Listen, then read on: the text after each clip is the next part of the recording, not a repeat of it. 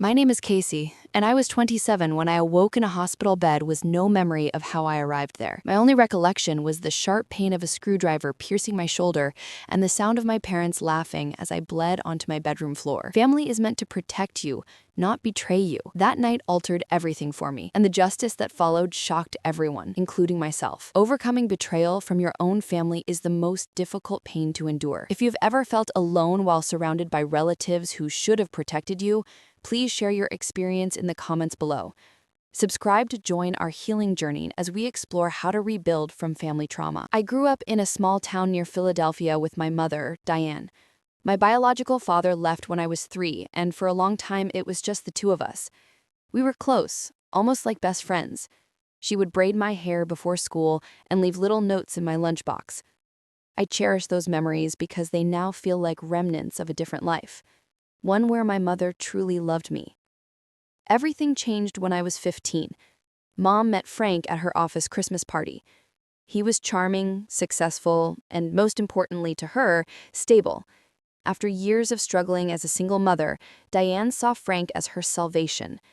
They were married within 6 months, and Frank moved into our small 2-bedroom house with his son, Dominic, who was 17 at the time.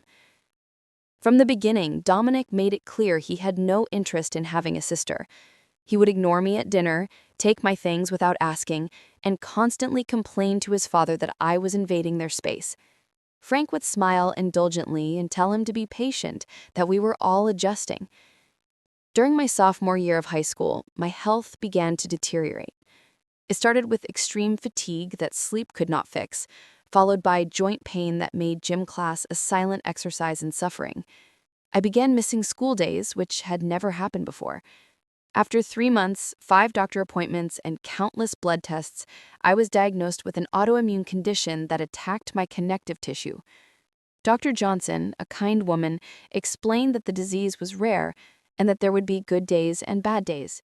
She prescribed medication and suggested lifestyle adjustments. My mother seemed concerned at first. She drove me to appointments and learned about my condition. But as weeks turned into months, her attitude shifted. The medical bills piled up, and Frank began making comments. "Are you sure she really needs all these medications?" he would ask my mom when they thought I was asleep. "Teenagers are always tired. Maybe she just needs to push through it." Slowly, my mother began to echo his sentiments. "Casey, you need to try harder. Everyone has aches and pains. You can't let this define you." By the time I turned 18, my mother had transformed from my advocate into someone who viewed my illness as an inconvenience. Frank was more direct in his skepticism. "When I was your age, I worked 2 jobs and still played varsity football. It's all about mental toughness." Dominic, now 19 and taking classes at the local community college, was the worst. He would mimic me when I winced in pain, making dramatic groaning sounds when I took my medication. "The princess needs her special pills again," he would announce to the house. "Everyone bow down and give her attention." I graduated high school and got a job at the local library. The work was physically manageable on most days, and I loved being surrounded by books. My plan was to save enough money to move out and possibly take online college courses. I carefully tracked my expenses and health costs, putting aside whatever I could. The only person who truly understood what I was going through was my friend Alice. We had known each other since elementary school, and she never questioned the reality of my pain. She would bring me books from the bookstore where she worked when I was too sick to leave the house. Sometimes she would drive me to appointments when my mother claimed to be too busy. "You deserve better, Casey. They treat you like you're making this up," Alice would tell me. I tried to hold on to hope that my family situation would improve, that one day my mother would snap out of whatever spell Frank had cast and become my protector again. I wanted to believe Frank would eventually see my condition was real, or that Dominic would mature beyond his petty resentment. But as my 25th birthday approached, I was still living at home, still working at the library, still being gaslit about my health, and still trying to save enough money to escape. The dream of freedom seemed to slip further away with each passing month. Dr. Johnson remained my steadfast ally. During one particularly difficult appointment after a severe flare-up, she held my hand and said something I will never forget. Casey, your condition is real, your pain is real, and the way your family is treating you is not okay. It's medical neglect, and it's making your condition worse. And nodded, tears streaming down my face as someone in authority finally validated what I had been feeling for years. Have you considered moving out? Getting away from that environment might actually improve your symptoms, she suggested. I'm trying, I replied, but between the medical costs and low pay at the library, I can barely save anything. She squeezed my hand and promised to help me find resources. As I left her office that day, I felt a small spark of hope. Maybe there was a way out after all. By the time I turned 26, whatever maternal instinct my mother once possessed had completely disappeared. When I woke up unable to move from the pain, she would roll her eyes and mutter about me needing to get it together. Not once in the past 3 years had she accompanied me to a doctor's appointment. Frank took things a step further. During dinner one evening, he casually mentioned that he had removed me from his health insurance plan. You're an adult now, Casey. It's time you took responsibility for your own medical costs, he said between bites of pot roast. But you promised when I stayed after high school that I could remain on your insurance until I found something with benefits, I protested, panic rising in my chest as I calculated what this would mean for my medication costs. Plans change, he replied dismissively. Dominic needs help with his tuition this semester. My mother said nothing, just kept eating as if the conversation wasn't happening. Her silence hurt more than Frank's words. That night, I called every insurance company I could find, only to discover that my monthly premiums would be more than half my library salary. I would have to choose between medication and rent if I moved out. The situation with Dominic grew increasingly hostile. He was now 28, still living at home while working at his father's insurance company. His resentment toward me seemed to intensify with each passing month. It started with small things, like accidentally throwing away my mail or eating food I had specifically labeled in the refrigerator. Then one day I noticed my prescription bottle was lighter than it should have been. I counted the pills 3 times to be sure. 10 were missing. When I confronted Dominic, he laughed in my face. Maybe you took them and forgot. Isn't memory loss one of your many supposed symptoms? The next week, I came home to find a voicemail from Dr. Johnson's office asking why I had called to cancel my appointment. I hadn't. Someone else had. I began keeping a detailed log of these incidents, documenting dates, times, and exactly what had occurred. I installed a small lockbox in my closet for my medication and important documents.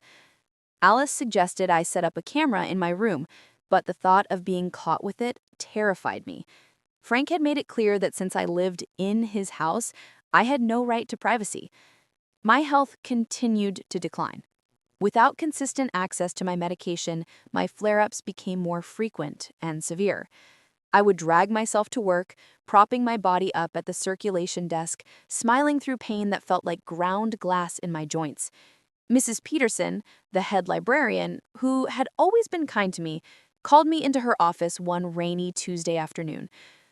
Casey, I value your work ethic and your contribution to our team, she began, her voice gentle but firm. But your absences are affecting our ability to serve the community. I've been as flexible as I can, but I need someone I can count on. I nodded, tears welling up as I realized what was coming. I'm sorry, but I have to let you go. I can provide a reference for future positions that might better accommodate your health needs. That night, I sat in my car in the library parking lot for 2 hours, unable to face going home and telling my family I had lost my job. When I finally did, their reactions were exactly as I expected. Well, they put up with it longer than most places would, Frank commented. Maybe this is the wake-up call you need, my mother added. You can't expect employers to work around your constant issues. Dominic smirked from the couch. I know a guy who sells disability placards if you want to really commit to the whole invalid thing. The next morning, I called Alice in tears. I don't know what to do. I have no job, no health insurance, and my family thinks I'm faking everything. Move in with me, she said without hesitation. My roommate just moved out and I need someone to split the rent. For the first time in months, I felt a glimmer of hope. But when I started looking into what I would need for the rental application, I hit another roadblock. I had no recent pay stubs, no rental history, and my savings had dwindled to less than $1,000 after paying for medications out of pocket. Worse still, I discovered that rumors about me had spread through our small town. Dominic had been telling people I was addicted to pain medication and that I'd been fired for stealing from the library. Former acquaintances would cross the street to avoid talking to me. Only Alice remained steadfast. In desperation, I tried one last time to reach my mother. I waited until Frank and Dominic were out watching a football game, and I sat her down at the kitchen table. "Mom," I said, my voice breaking, "do you remember when I was little and you would check for monsters under my bed? You promised you would always protect me." She stared at her coffee mug, refusing to meet my eyes. "I need you to protect me now. This isn't a safe place for me anymore. Dominic is tampering with my medication. Frank cut my insurance.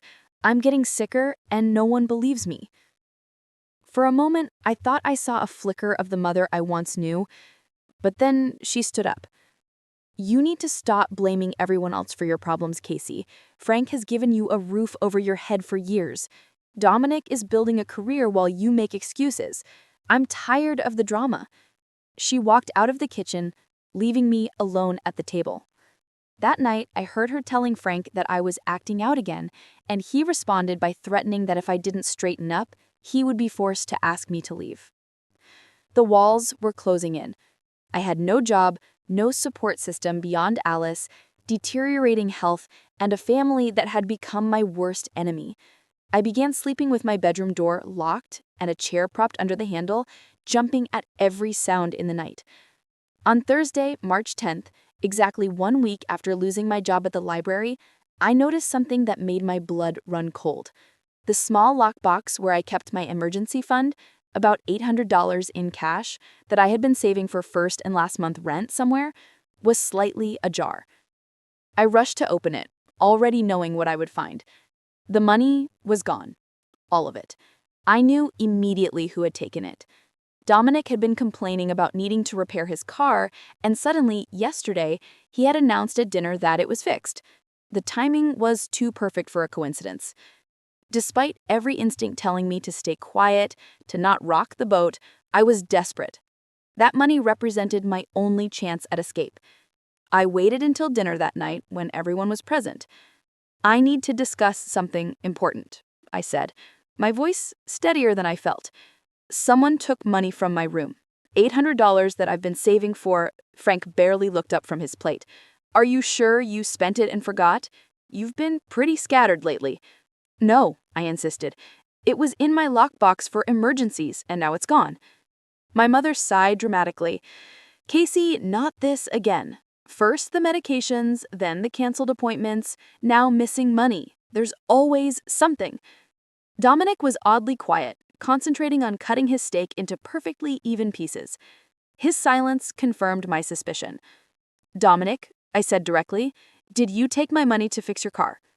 His head snapped up, eyes flashing with anger. "Are you seriously accusing me of stealing in front of my dad?" Frank put down his fork with a clatter. "That's enough, Casey. Dominic works hard for his money, unlike some people at this table. I won't have you making wild accusations without proof." "But my money is gone, and suddenly his car is fixed. I'm not making this up." "That's it, Frank." He stood up, his chair scraping against the floor. "I've had it with your paranoia and your constant need to create drama. Dominic is my son, and he's not a thief. If you can't live peacefully in this house, maybe it's time you found somewhere else to stay." My mother remained silent, staring down at her plate. Not once did she look at me. After dinner, I retreated to my room, locking the door behind me. Within minutes, there was a soft knock. For a moment, I hoped it might be my mother, coming to apologize or at least hear me out. Instead, when I cracked open the door, Dominic stood there with a smirk that made my skin crawl. "You really shouldn't have done that," he whispered just loud enough for me to hear. "Making accusations like that can be dangerous." "Are you threatening me?" I asked, trying to keep my voice from shaking. I'm just saying you're on thin ice around here. Dad's had it with your victim act. If something were to happen to you, who do you think they'd believe? The hardworking son or the crazy daughter who makes up illnesses for attention? I slammed the door in his face and slid to the floor, heart pounding. With shaking hands, I pulled out my phone and recorded a voice memo recounting every word of the conversation while it was fresh. I sent the recording to Alice with a text, just in case something happens. Dominic's threat left me rattled. I spent an hour researching domestic violence hotlines, finally working up the courage to call one. The woman on the other end was kind, but ultimately not very helpful. Since Dominic hadn't physically harmed me yet, and I was an adult, there wasn't much they could do. She suggested documenting everything and making a plan to leave safely. That evening, I went to take my medication and noticed the pills looked slightly different. The color was a shade lighter than usual. I examined them closely under my desk lamp and noticed tiny inconsistencies in the imprint. With growing horror, I realized they had been replaced with something else. I didn't know what they were, but they weren't my prescription.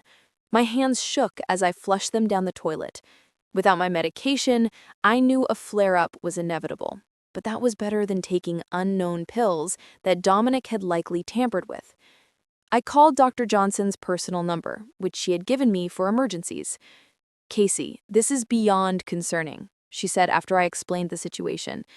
"What you're describing is abuse and medical neglect. I'm worried for your safety." "What should I do?" I asked, my voice barely above a whisper as I huddled in my closet to avoid being overheard. "You need to get out of that house as soon as possible. The stress alone is exacerbating your condition, not to mention the medication tampering. Do you have somewhere safe to go?" I thought of Alice's offer. Yes, a friend said I could stay with her. "Then go, Casey. As your doctor, I'm telling you, this environment is dangerous for your health.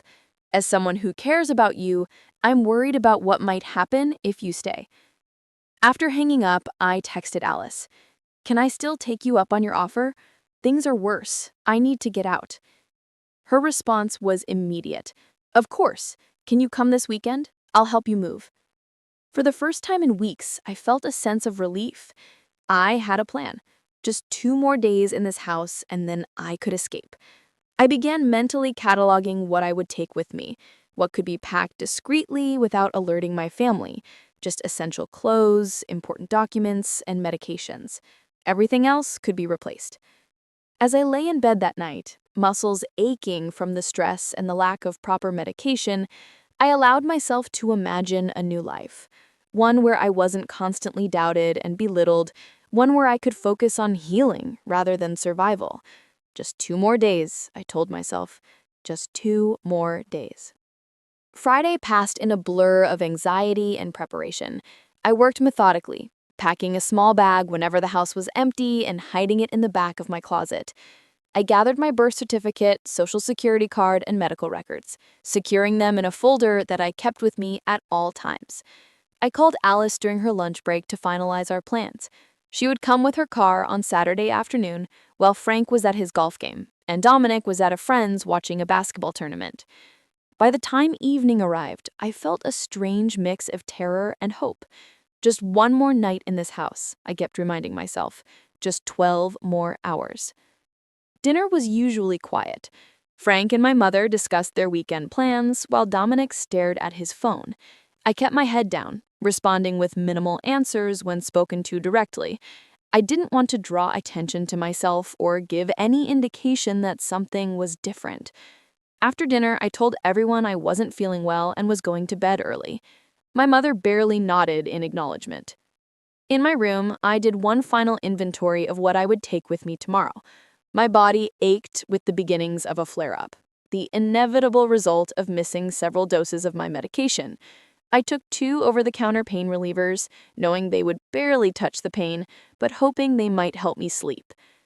I must have dozed off because I woke with a start at 2:30 in the morning.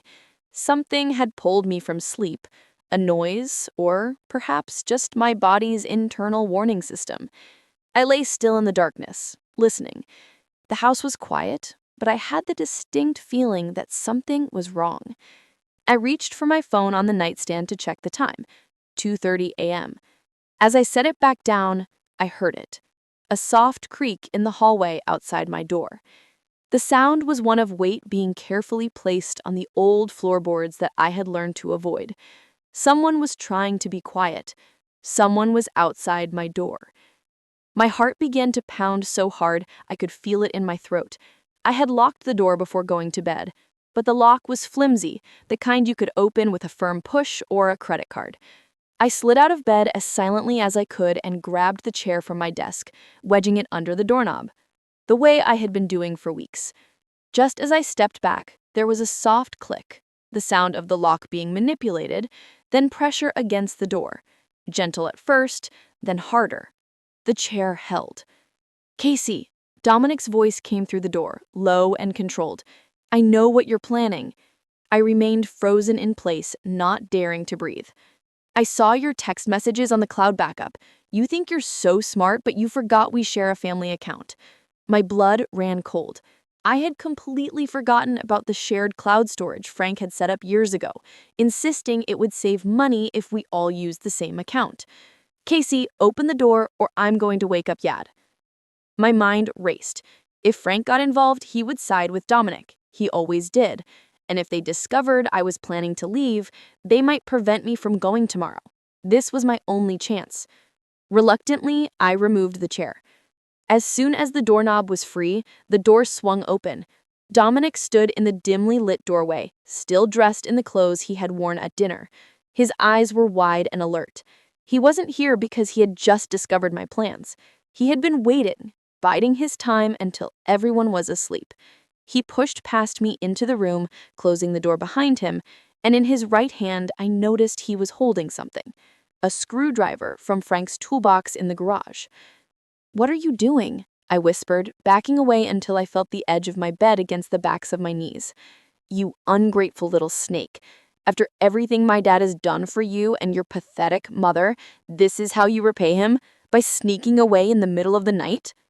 "I'm 27 years old, Dominic. I have every right to move out." "Not like this. Not by lying and turning people against us. I saw your text to Alice talking about how terrible we are, how we're abusing you." His voice rose a little bit before he caught himself and lowered it again. "You're going to destroy my dad's reputation with your lies." "I'm not lying. You stole my money. You tampered with my medication. You threatened me." He took a step closer, the screwdriver gripped tightly in his hand. No one will believe you. No one ever does. You're the girl who cries wolf, the attention seeker with the mysterious disease that only acts up when you want sympathy. I glanced at my phone on the nightstand, calculating whether I could reach it before he stopped me. As if reading my thoughts, Dominic lunged forward and grabbed it. "Give that back," I demanded, reaching for it. What happened next occurred so quickly that my brain could barely process it. As I reached for my phone, Dominic raised his other hand, the one holding the screwdriver.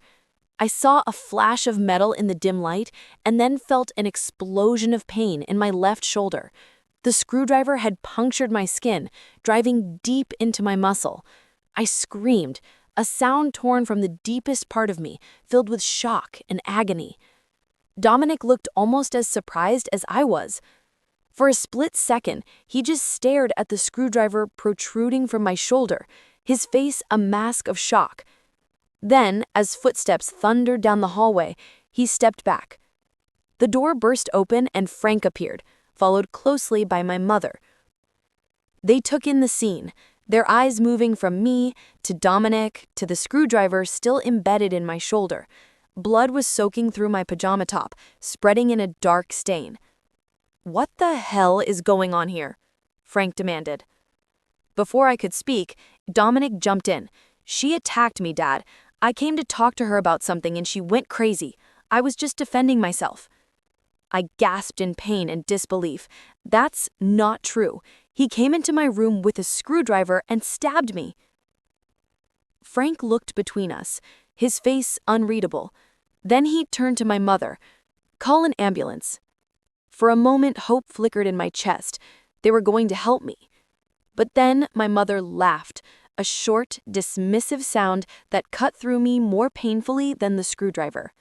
"Oh, please, it's barely a scratch. She's being dramatic as usual." I looked down at my shoulder in disbelief. The screwdriver was still embedded there, and blood was now dripping onto the carpet. "Are you serious? I'm bleeding. He stabbed me." Frank stepped closer, examining the wound with clinical detachment. Then he chuckled, shaking his head. "Casey, if you wanted attention, there are better ways. This is ridiculous. Pull that thing out and put a Band-Aid on it. You're making a mess of the carpet." I couldn't believe what I was hearing. I had a screwdriver stuck in my body, and they were laughing. Laughing. "Get out," I whispered, shock giving way to a cold, clear rage. "Get out of my room, all of you." Surprisingly, they complied, still chuckling among themselves as they left. As soon as the door closed, I collapsed onto the bed, my entire body shaking. I needed help, real help. With my right hand, I fumbled for my phone, which Dominic had dropped on the floor during the struggle. My vision was starting to blur at the edges, but I managed to text Alice. "Emergency. Dominic stabbed me. Parents won't help. Bleeding badly. Please call 911. I tried to apply pressure around the wound, but the pain was overwhelming. The room began to spin, and dark spots danced in my vision. I thought I heard my phone chime with a response, but I couldn't focus enough to read it. The last thing I remember before losing consciousness was the warm, sticky feeling of blood pooling beneath me on the bedsheets and the distant wail of sirens. I awoke to the rhythmic beeping of hospital machines and the sterile smell of disinfectant. For a moment, I couldn't remember how I had gotten there or why my shoulder felt like it was on fire. Then it all came rushing back. Dominic, the screwdriver, the blood, my parents laughing. I tried to sit up and immediately regretted it as pain shot through my left side. "Easy there," a gentle voice said. Alice was sitting beside my bed, dark circles under her eyes suggesting she had been there for hours. "You lost a lot of blood. The doctor said you need to stay still." What happened? How did I get here? My voice sounded weak even to my own ears. "I called 911 after I got your text. I drove to your house and was there when the ambulance arrived. Your parents tried to tell the paramedics it was just a misunderstanding, that you had injured yourself for attention. But the wound was obviously not self-inflicted and you were unconscious from blood loss." The police took statements from everyone. I closed my eyes, trying to process this information. "Dominic. They arrested him on the spot. Your parents were furious, kept saying it was all a mistake. Frank even tried to prevent the paramedics from taking you, saying he was going to drive you himself." A doctor came in, a tall woman with kind eyes, who introduced herself as Dr. Rivera. She explained that the screwdriver had missed major arteries but had penetrated deep into the muscle tissue of my shoulder. I would need physical therapy and would likely have permanent nerve damage, resulting in reduced sensation and mobility in my left arm. While she was examining me, there was a knock at the door.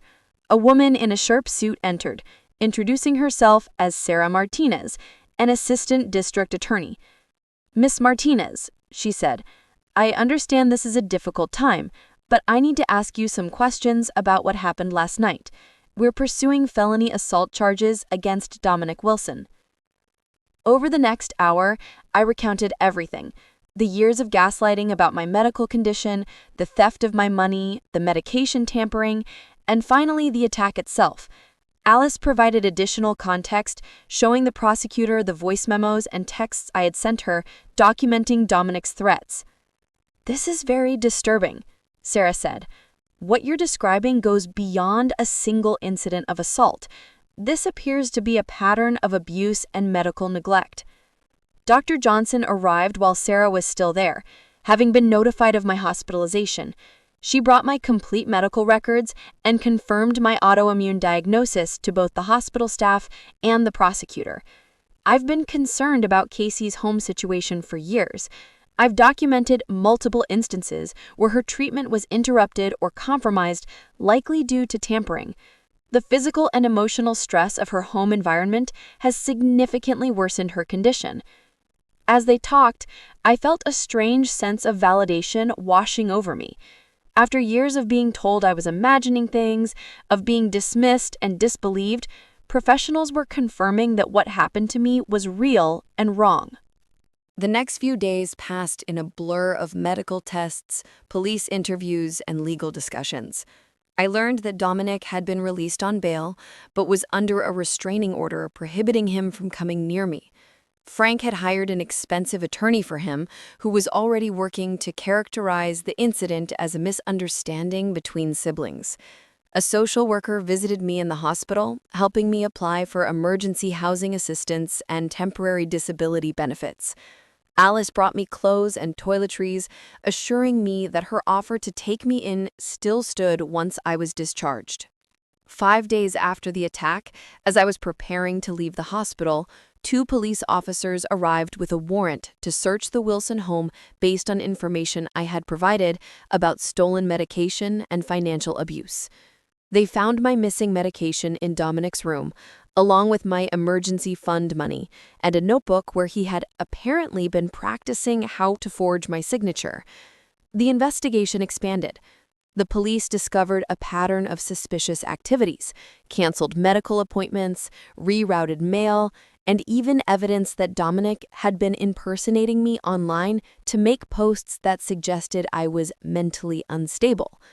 Frank and my mother remained steadfast in their support of Dominic, claiming I had manipulated evidence and was framing him out of jealousy.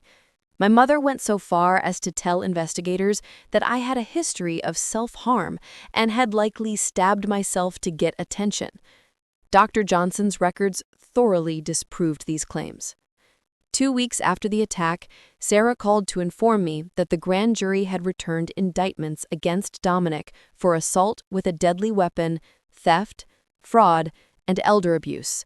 The last charge stemming from the fact that my medical condition qualified me for certain vulnerable adult protections under state law. "They're offering a plea deal," Sarah explained, "but I don't recommend taking it. The evidence against him is strong, and I believe we can secure a conviction at trial that would result in significant jail time." I hesitated, torn between wanting this to be over and needing justice. Will I have to testify? Face him in court?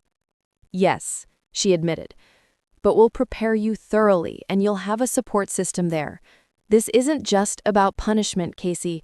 It's about setting a precedent that what happened to you is not acceptable and ensuring it doesn't happen to you or anyone else again." After a long pause, I made my decision. I'll testify. I've been silent too long already. The trial was scheduled for early June, nearly 3 months after the attack. In the intervening time, I had moved in with Alice, started intensive physical therapy for my shoulder, and begun seeing a therapist who specialized in family trauma. For the first time in years, I had consistent medical care and was taking my medication as prescribed. The difference in my physical health was remarkable, confirming what Dr. Johnson had long suspected. The stress and medical neglect at home had been significantly exacerbating my symptoms. As the trial date approached, my anxiety increased. Despite reassurances from Sarah and my support team, the thought of facing Dominic, Frank, and my mother in court terrified me. My nightmares featured their laughing faces as I bled onto my bedroom floor. The morning of the trial arrived with a heavy sense of dread. Alice drove me to the courthouse where we met Sarah. She briefed me one final time on what to expect. "Remember, just tell the truth, answer the questions directly, and if you don't know something, say so.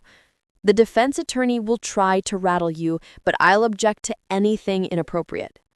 The courtroom was smaller than I had imagined, but still intimidating with its dark wood panels and formal atmosphere. As I was led to the witness stand, I caught a glimpse of Dominic sitting at the defense table. He was wearing a suit I had never seen before and looked nothing like the angry man who had driven a screwdriver into my shoulder. Beside him sat a distinguished-looking older attorney with a leather briefcase that probably cost more than my monthly rent. Frank and my mother were sitting directly behind Dominic in the first row of spectators.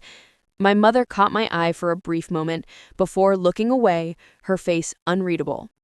The prosecutor opened with a clear, concise overview of the case, presenting me not just as a victim of a single violent attack, but as someone who had endured years of escalating abuse and neglect.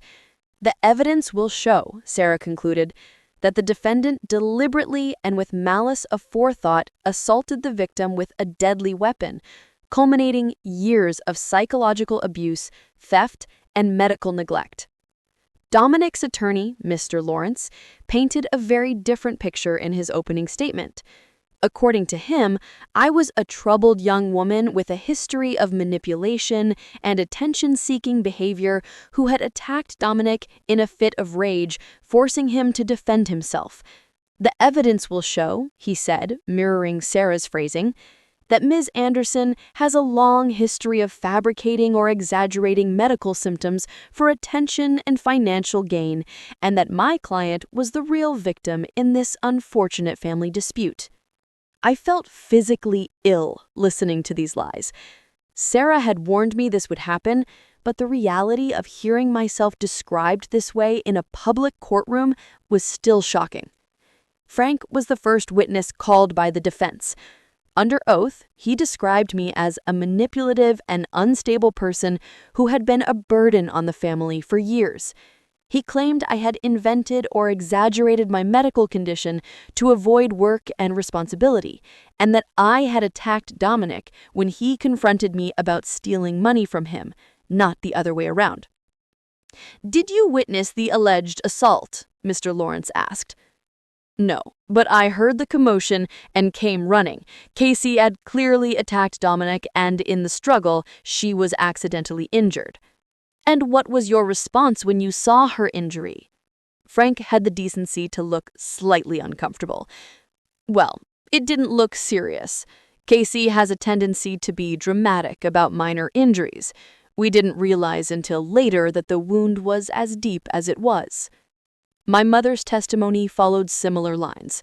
She described a daughter she barely recognized, painting me as manipulative, lazy, and prone to lying for attention. When asked about her reaction to seeing me bleeding with a screwdriver in my shoulder, she admitted that she had not taken it seriously.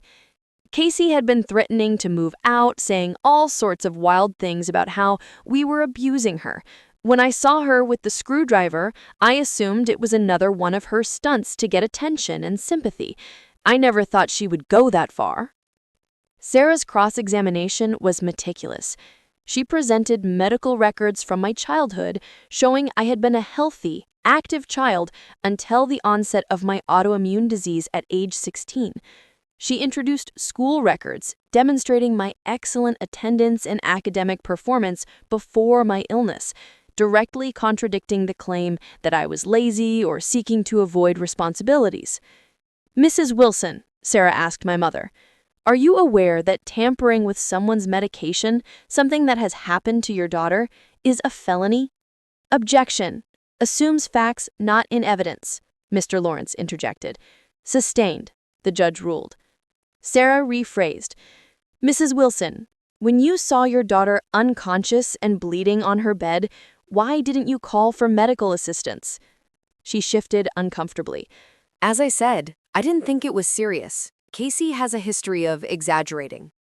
So serious that the emergency room doctor testified she could have died from blood loss if help hadn't arrived when it did. "Objection, argumentative," Mr. Lawrence called out. "Sustained." Rephrased, counselor.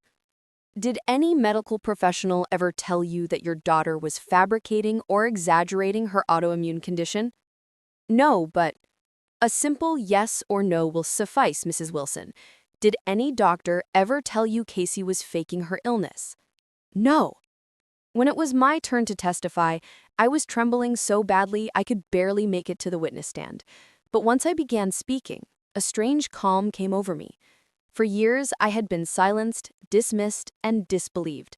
Now, finally, I had a forum where I would be heard, where I was legally protected from interruption and dismissal. I described the years of gaslighting about my medical condition, the theft of my money, the medication tampering, and finally the attack itself. I explained how I had been planning to move out and how Dominic had discovered my plans through the shared cloud account. I detailed waking up to find him in my room with a screwdriver, the argument that followed, and the moment he drove the tool into my shoulder. "And what happened after you were injured?" Sarah asked. I screamed and my parents came running. They saw the screwdriver in my shoulder and the blood, but they laughed. They actually laughed. My mother said I was being dramatic, and Frank told me to pull it out and put a Band-Aid on it. My voice broke as I recalled the casual cruelty of that moment. Mr. Lawrence's cross-examination was aggressive, attempting to portray me as unstable and vindictive. "Isn't it true, Miss Anderson, that you have a history of seeking attention through claims of illness?" "No," I replied firmly. "I have a documented autoimmune condition diagnosed by multiple specialists." "And isn't it true that you attacked my client and he acted in self-defense?" "No. He came into my room in the middle of the night with a screwdriver and stabbed me when I tried to get my phone back from him." "Isn't it convenient that there were no witnesses to this alleged attack?" "There were no witnesses because your client deliberately waited until everyone was asleep to confront me. But there is physical evidence. The angle of the wound shows it couldn't have been self-inflicted, and his fingerprints were on the screwdriver." Dr. Johnson's testimony was particularly damning for the defense. She provided a detailed account of my medical history, confirming the autoimmune diagnosis and explaining how the symptoms could vary in severity, but were absolutely real. "In my professional opinion," she stated, "Casey has been subjected to medical neglect that significantly worsened her condition. The pattern of missed appointments, medication inconsistencies, and the extreme stress of her home environment created a dangerous situation for her health." Alice testified about the texts and voice memos I had sent her documenting Dominic's threats, the photos she had taken of my ransacked room after I had reported money missing, and most critically, the SOS message I had sent the night of the attack and what she found when she arrived at the house with the police and paramedics. The most dramatic moment of the trial came during Dominic's testimony. Initially, he stuck to the story that I had attacked him and he had acted in self-defense. But under Sarah's cross-examination, his composure began to crack. "Mr. Wilson, you testified that Casey attacked you, forcing you to defend yourself. Yet the medical examiner stated the wound angle was consistent with a downward stabbing motion from someone standing over the victim, not a defensive movement. How do you explain that discrepancy?" "She came at me and I reacted." "With a screwdriver that you happened to bring to her bedroom at 3 o'clock in the morning?" "I was using it earlier to fix something." "At 3 a.m.? What were you fixing in the middle of the night that required a screwdriver?" Dominic's face flushed with anger. "Look, she was planning to leave and spread lies about us. I just wanted to talk to her." "With a screwdriver in your hand? That doesn't sound like someone who just wants to talk, Mr. Wilson." "You don't understand. She was going to ruin everything. She was going to tell people we abused her, that we stole from her." "And did you steal from her?" Dominic's attorney jumped up. "Objection." But Dominic was already answering, his voice rising. "It wasn't stealing. My dad paid for everything in that house. That money was as much mine as hers." A murmur ran through the courtroom. Sarah pressed her advantage. "So you did take her money?" "She didn't deserve it. She contributed nothing, just complained about her fake illness all the time while my dad worked to support her and her medication." "Did you tamper with that too?" Mr. Lawrence was practically shouting now. "Objection, Your Honor. My client is being badgered." But Dominic was beyond control, years of resentment and entitlement pouring out of him. "She didn't need those medications. She was faking it for attention. I was doing her a favor, trying to make her see she didn't need to pretend anymore." The courtroom fell silent. In his rage, Dominic had just confessed to exactly what he was accused of. His attorney looked stricken. Frank and my mother sat frozen in shock. The jury deliberated for less than 2 hours before returning with a verdict: guilty on all counts. As the forewoman read the verdict, I felt a weight lifting from my shoulders. For the first time in years, I had been heard and believed. Judge Lewis, a stern older woman with silver hair and piercing eyes, addressed Dominic before sentencing. Mr. Wilson, your actions reflect a disturbing pattern of deliberate cruelty toward a vulnerable family member. You not only assaulted Miss Anderson with a deadly weapon, but systematically undermined her health and well-being over an extended period. This court cannot ignore such calculated malice. She sentenced him to 8 years in prison, with eligibility for parole after 5 years, contingent upon completion of both anger management and empathy training programs. But the most powerful moment came when Judge Lewis turned her attention to Frank and my mother. While you are not on trial today, the evidence presented makes it clear that you both failed in your most basic duty to protect a vulnerable member of your household. Your dismissal of Miss Anderson's documented medical condition and your response to seeing her seriously injured were frankly appalling. I am referring this case to Adult Protective Services for further investigation into medical neglect. The courtroom was utterly silent as she continued. Miss Anderson, this court recognizes the courage it took for you to come forward. No one should have to fight so hard to be believed about their own lived experience. I hope that today's verdict brings you some measure of peace. As I left the courtroom that day, surrounded by Alice, Dr. Johnson, and the victim advocates who had supported me through the trial, I felt both exhausted and liberated. The truth had finally been told, heard, and officially acknowledged. Whatever happened next, I would face it as someone who had reclaimed her voice and her truth. 6 months after the trial, my life had transformed in ways I could never have imagined. I was living in a small but sunny one-bedroom apartment that I shared with no one but a rescue cat named Luna. The apartment was on the first floor of a building with an elevator, accommodations that were helpful during my flare-ups. My shoulder had healed as well as could be expected. I had regained most of my mobility through physical therapy, though certain movements still caused pain, and I had a patch of numbness that the doctors said would likely be permanent. The scar was still angry and red, but it was fading, little by little, each month. With Dr. Johnson's guidance, I had established a consistent treatment plan for my autoimmune condition. For the first time in years, I was taking the correct medications at the right times without interference or sabotage. The improvement in my symptoms was remarkable. I still had bad days, but they were fewer and further between, and I developed strategies to manage them effectively. The criminal trial had been followed by a civil case, which resulted in a settlement that provided me with enough money to cover my medical expenses and supplement my income while I rebuilt my life. I had found part-time work at an independent bookstore owned by a woman who understood chronic illness because her sister had lupus. She allowed me flexible hours and the ability to work from home on my bad days. My therapist, Dr. Ramirez, had been invaluable in helping me process the trauma of both the attack and the years of gaslighting that preceded it. In one particularly breakthrough session, she helped me understand that I had been experiencing a form of domestic abuse called medical abuse, where a person's health condition is used against them as a means of control and manipulation. What happened to you wasn't your fault, Casey, she reminded me often. You didn't deserve it, you didn't cause it, and you couldn't have prevented it. Slowly, I was beginning to believe her. Alice remained my steadfast friend, though our relationship had evolved as I became more independent. We had weekly dinner dates where we talked about everything except my family drama, a boundary I had established to ensure that our friendship wasn't defined by my trauma.